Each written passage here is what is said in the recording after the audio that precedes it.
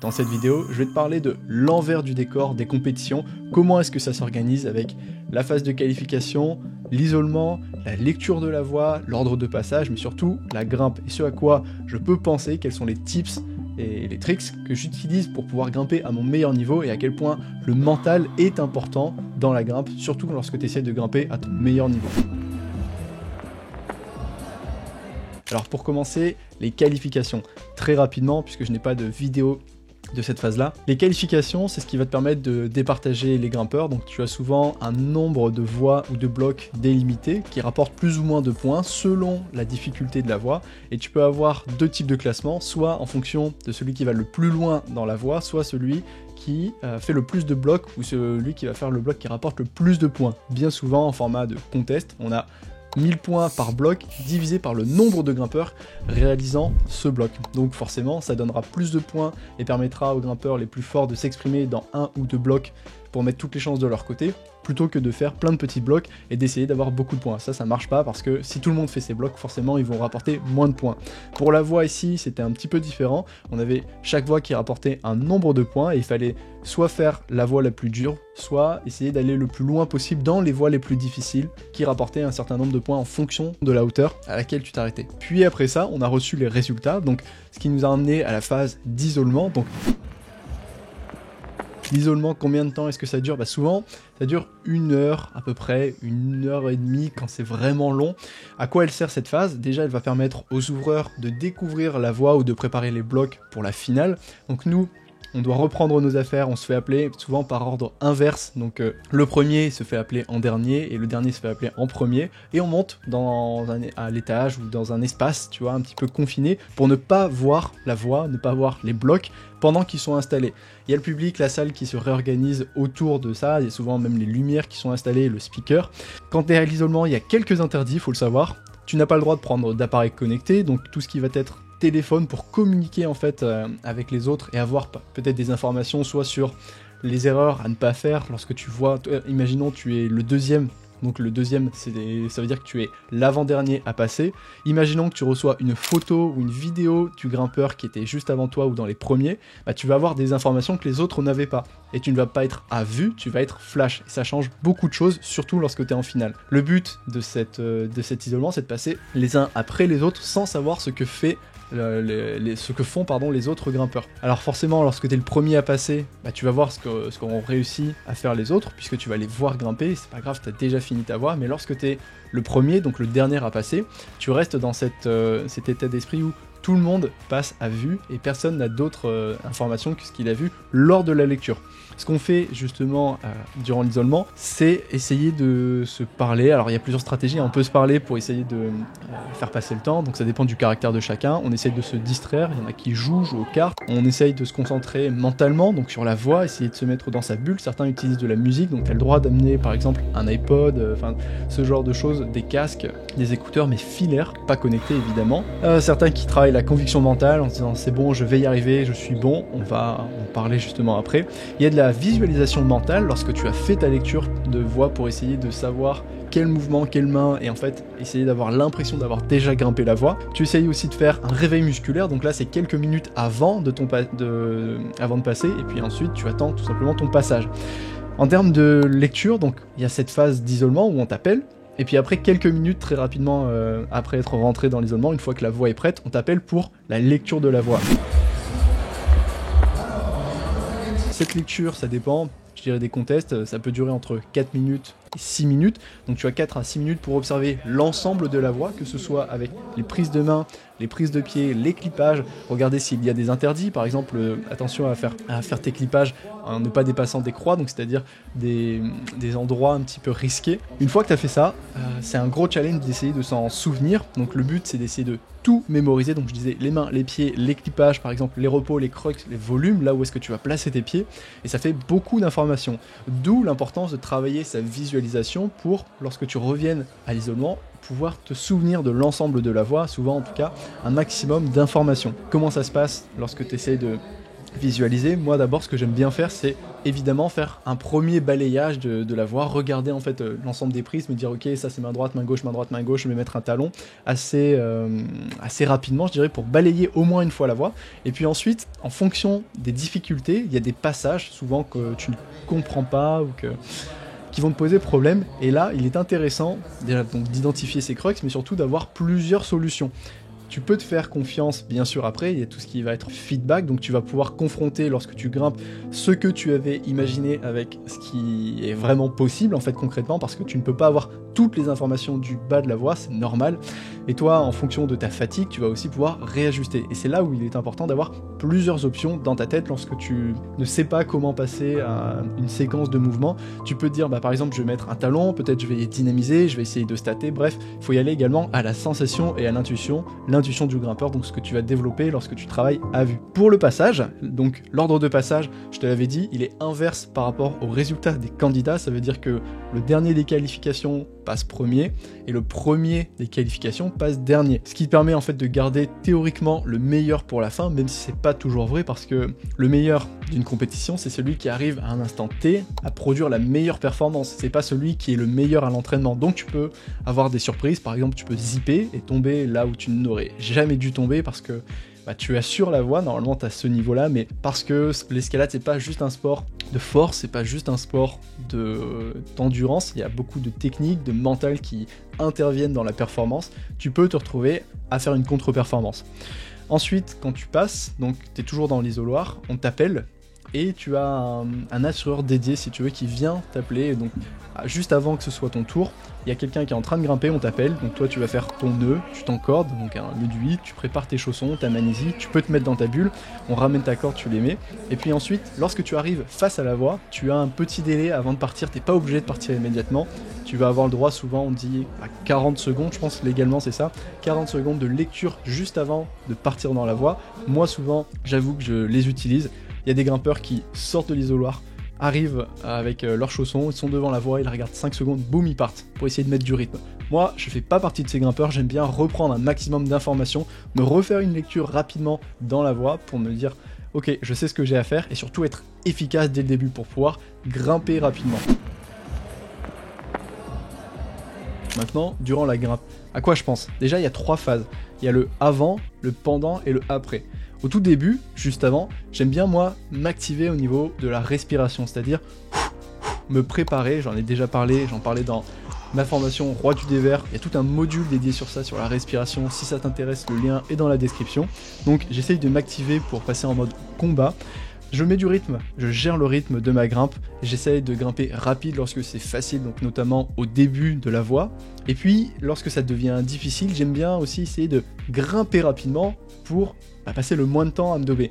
Ensuite, entre les phases de repos ou pas, c'est à toi de gérer ce rythme-là, mais il y a vraiment un intérêt à grimper rapidement lorsque c'est dur, et grimper aussi rapidement au tout début lorsque tu n'es pas dobé. Bien sûr, il y a des cas où il est intéressant de ralentir, mais c'est pas le sujet de la vidéo. Le but c'est de faire attention au début, surtout moi je me dis au début ne fais pas de zipette, donc je fais très attention à mes pieds, je fais attention à où est-ce que je pose mes pieds, où est-ce que je pose mes mains, pour ne pas me faire avoir bêtement.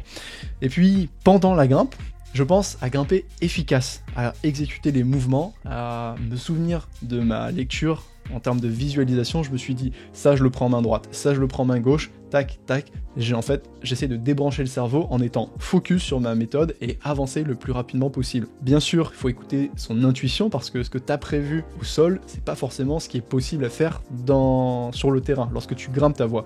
Donc tu dois confronter des afférences, donc ce qui arrive directement de ton environnement, versus tes représentations mentales dans la voie, ce que tu as fait durant la visualisation.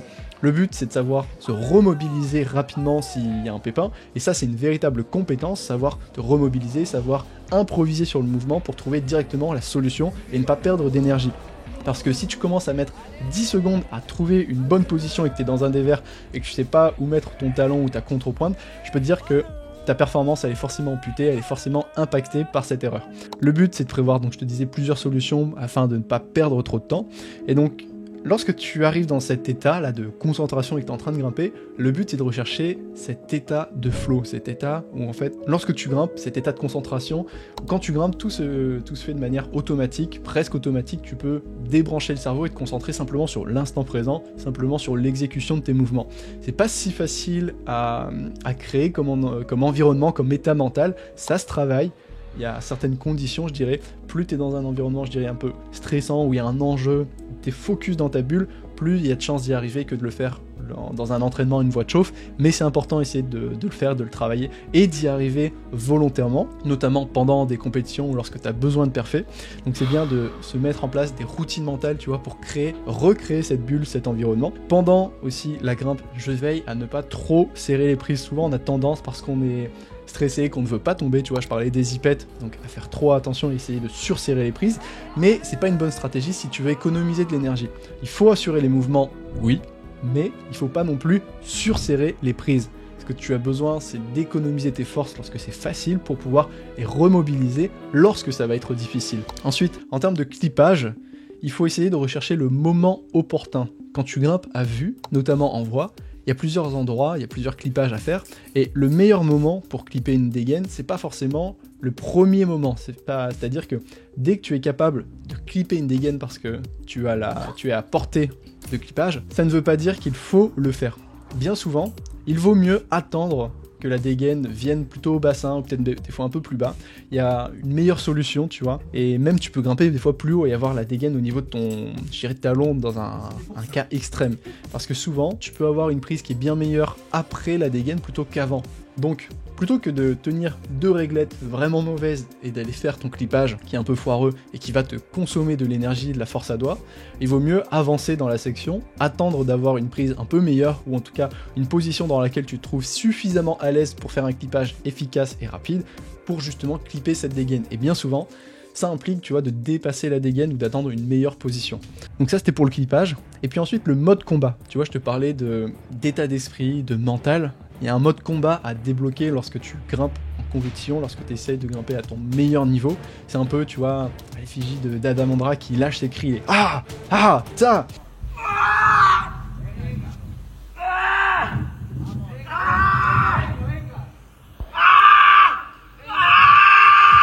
If he falls, you hear it.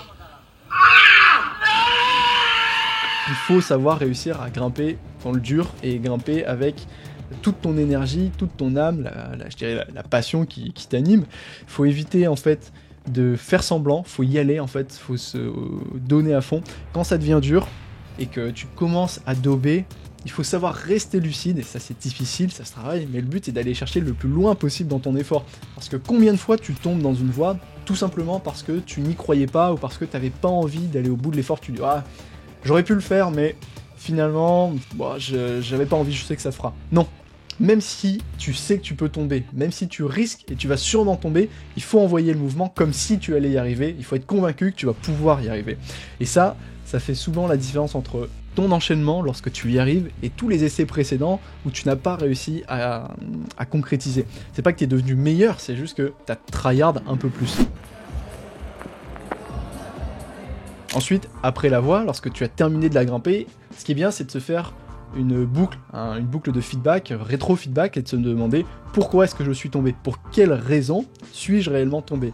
Là est l'intérêt de justement se filmer pour avoir ce regard objectif, parce que souvent on peut se dire que je suis tombé à cause de mon pied alors qu'en fait c'était mon placement de main qui était foireux, et vice versa inversement.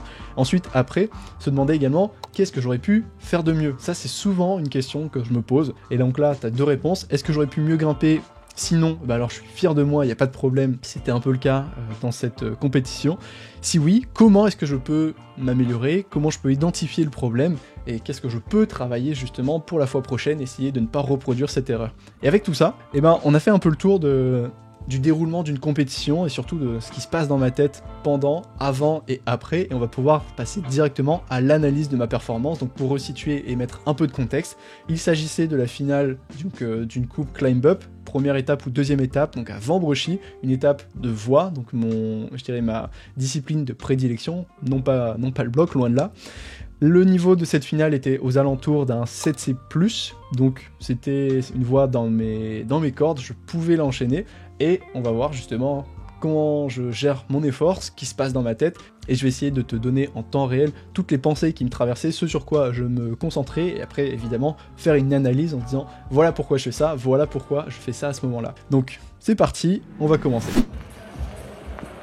Alors c'est parti, je viens de lancer la vidéo, donc il s'agissait, donc je te disais, de mon essai lors de la finale de la Coupe de Vambrechy. Comme tu peux le voir, j'arrive justement de l'isolement, et je vais avoir ce temps de lecture de 40 secondes. On est 2 à passer, les hommes et les femmes, donc on était les derniers à passer, ou les avant-derniers à passer. Donc il y avait encore quelqu'un derrière nous. Donc tu peux voir, il y a une certaine ambiance, t'as le rétroprojecteur. Et là, ce à quoi je pense, déjà j'attends en fait de me dire ok, je peux me retourner. Et là tout de suite, je reprends directement la voix, je me dis ok, il y a ça, il y a ça, il y a ça. Honnêtement, moi ce qui me posait problème, c'était un peu le départ parce qu'on n'avait pas de main. Donc j'avais peur de tomber, j'avais peur de zipper. Je réeffectue cette fameuse lecture en me disant ok, pour la suite on verra bien. Et je vais te montrer à quoi ressemble le début. Tu verras, en fait, c'est assez petit, le pied que je suis en train de charger, il est pas très très grand, et finalement les prises étaient plutôt bonnes, donc je fais en sorte de clipper assez rapidement, de pas perdre trop de temps. J'envoie, je prends la main gauche, je me dis ah finalement ça c'est pas si mauvais, donc le but au début de la voix c'est d'essayer de prendre confiance, tu vois, essayer de pas trop se dauber. J'essaie d'avancer assez rapidement et je me dis ouais finalement ça se passe plutôt pas trop mal. Et là, tu vois, je fais directement mon clippage avec l'inversé parce que je savais pas comment était la main gauche. Tu vois, la main gauche, finalement, il fallait grimper rapidement. La main droite, elle est bonne, mais je savais pas. Finalement, ça se tenait plutôt bien. Là, j'avais une réglette, je remonte les pieds, donc je suis sur les volumes plats. J'essaye de pas, tu vois, clipper, enfin, j'essaye de pas tomber en zippant. Et là, je sais qu'il y a un move. La main gauche, elle est pas incroyable, il faut grimper rapide. Finalement, je prends cet inversé, et là il y avait un gros move, fallait remonter le pied, j'avais pas trop le choix, finalement je le remonte tout de suite, je prends cette réglette, je prends la main gauche est pas mauvaise, je fais attention à pas trop tomber, et là je commence déjà à avoir un bon rythme, je sais que j'ai grimpé le début assez rapidement, plutôt bien, donc ce que je fais, c'est que j'essaie de me recomposer, je me dis là, la section qui arrive, c'était une des sections qui me posait problème, je savais pas comment j'allais passer, est-ce que je devais dynamiser ou pas. Finalement, j'envoie, je monte le pied, je me dis ah, je peux ramener, donc je vais pouvoir stater, super. La main droite, je la connais, c'est une bonne prise, donc pas de problème. Ici, je vais certainement, je me souviens... Ah non, je clippe pas tout de suite, je pensais à clipper. J'avais peur de devoir jeter, finalement j'avais une bonne allonge. Je mets mon talon, ce qui me permet de récupérer, et là les prises sont plutôt bonnes. On arrive dans une grosse section à dévers, et tu vois bien que normalement il me semble qu'il y avait 2 croix pour te dire qu'il fallait absolument clipper avant, c'est pour ça que je l'ai fait. On a un mouvement dynamique qui arrive, un mouvement qui fait pour te faire chuter, donc je prends énormément d'informations et j'essaye là à ce moment là de rester le plus possible sur mes pieds. Donc je descends le talon pied gauche, je charge le pied droit, et là j'ai pris cette porte, je mets un talon, je fais attention, je prends en main la corde et je me dis, je vais d'abord clipper parce que là on arrive sur un dévers, si je clippe pas maintenant, ça va me poser problème parce qu'on n'a pas beaucoup de pieds, le talon pied gauche il est bitexturé, la main est bitexturée, j'ai identifié qu'il y avait un volume, je me suis dit, le volume là, je dois certainement pouvoir mettre un talon. Effectivement, ça m'a servi. Parce que je peux stater donc en prenant la réglette main gauche. Ici, je viens remettre le talon pour ne pas perdre le pied, parce que si je perds le pied là maintenant, je vais me prendre une grosse cartouche qui me permet de prendre la main gauche. Je balance les pieds immédiatement à gauche, je savais que le pied allait me servir à ce moment-là, je l'avais vu, je l'avais lu. Et puis là, je commence forcément à dauber un tout petit peu. Je fais un talon pied-main, j'essaye de me battre, et là, il me fallait absolument monter le pied pour pouvoir ramener. Donc je fais ce croisé, c'est dur, je monte le pied, je pousse. Et là, c'est pas trop mal, mais ça devient difficile. Je suis en pince sur des bitextures, j'ai le volume, j'arrive à me recomposer, je fais mon clippage. Je sais qu'il se passe quelque chose, je sais que je commence à faire un bon résultat, mais il faut pas que je lâche, faut pas que je craque. Là, ça devient dur, tu vois, je suis en train de délayer, je suis dans le dur, il n'y a pas trop... j'ai pas le choix, je suis en train de me dire, il faut que tu commences à avancer, tu peux pas rester trop longtemps, on verra bien, advienne que pourra. Et là, miraculeusement, je l'avais pas anticipé, il y a un genou qui se met bien, et... moi, tu vois, c'est ce qui m'a permis justement un peu de faire le show, parce que je savais que ce genou-là, une fois que je l'ai mis, j'ai senti en termes d'afférence que j'étais vaché, je pouvais lâcher les mains, et c'est exactement ce que je fais. Tu vois, j'essaye de clipper. J'ai finalement dû assurer et ne pas perdre les pieds. Donc là, pas perdre les mains. Donc là, ce que j'essaie de faire, c'est je reprends de l'information, je me fais confiance pour pouvoir délier au niveau des mains, parce que ça va être déterminant pour la suite. Je vois dans quel état je suis arrivé daubé, je me dis, ceux qui arrivent derrière moi vont être également daubés, et s'ils ne voient pas le talon, s'ils ne voient pas ce genou, ils vont avoir du mal à faire la fin de la voie. Donc ce que je fais pendant ce temps-là, c'est également prendre de l'information, mais je sais que le chrono, tu vois, déroule, donc il faut que j'avance. J'ai vu que je pouvais atteindre l'avant-dernière, donc j'en prends, j'avance, je prends l'arquet, et là, je gagne tout ce que je peux parce que c'est un plat, je sais que je perds les pieds, je cherche les pieds sont bitextures, donc je suis pas bien, et là je suis à un bras en fait quasiment, et c'était dur. Je peux te dire que c'était compliqué, mais finalement j'ai réussi à gérer ma voie, j'ai bien grimpé, mon effort était bien géré, donc je suis assez content. Pour information, la voie elle fait 18 mètres, donc c'est assez long comme effort. Et là, bah tu vois, déjà, j'étais content, et je me disais, qu'est-ce que j'aurais pu mieux faire? Bah finalement, j'ai pas à m'en vouloir, parce que j'ai topé la voie, c'était l'objectif, j'ai bien grimpé, j'ai pas perdu les pieds, et c'est une des rares fois où finalement, bah, tu fais pas d'erreur, et ça fait aussi plaisir, ça fait partie du jeu. Maintenant, je vais te montrer à quoi ressemblaient les prises de départ, donc tu peux voir que franchement, c'était back finalement, mais ça fait peur parce que la main est pas bonne, tu sais pas ce qui va se passer, tu te dis mince, si je dois envoyer sur les deux là, ça risque d'être difficile. Donc c'est tout pour cette vidéo, j'espère que tu auras appris pas mal de choses, j'espère que ça t'aura plu. Évidemment, c'est qu'un exemple, c'est pas une vérité générale, c'était plus pour te montrer, moi, à titre personnel, comment j'aborde les compétitions, comment j'aborde une voie de finale, ce qui se passe également dans ma tête, ce à quoi je pense. Je pense que si ce format t'intéresse, je vais pouvoir lancer une autre série. D'ailleurs, en fait, je l'ai déjà lancé, je l'ai prévu. Je vais essayer de participer au championnat de France et je vais essayer de documenter ça en partageant le départemental, les régions de voix, les demi-France de voix et les France de voix si ça se passe bien. Donc je vais essayer de tout filmer ça pour te montrer en fait étape après étape le circuit fédéral de voix, comment ça se passe, peut-être essayer de filmer la route, parce que bah il n'y a pas juste les compétitions, faut se déplacer, faut louer des Airbnb, faut être sur place plus tôt, faut aller t'échauffer. Je te garantis pas de pouvoir filmer tout ça, mais en tout cas, je vais essayer de filmer à minima les voies et te tenir au courant de cette aventure et essayer de te montrer quels sont les tips, les tricks, ce à quoi il faut faire attention et comment ça se déroule concrètement, les compétitions et le circuit fédéral pour aller jusqu'aux France. Et le but, ça sera forcément de faire le meilleur résultat au championnat de France. J'ai déjà fait les France, je sais à quoi m'attendre, mais moi je t'en dis pas plus. Je vais essayer de me donner cette année comme il se doit pour faire un très beau résultat. Et de toute manière, quoi qu'il arrive, ça sera un bon entraînement pour la falaise cet été.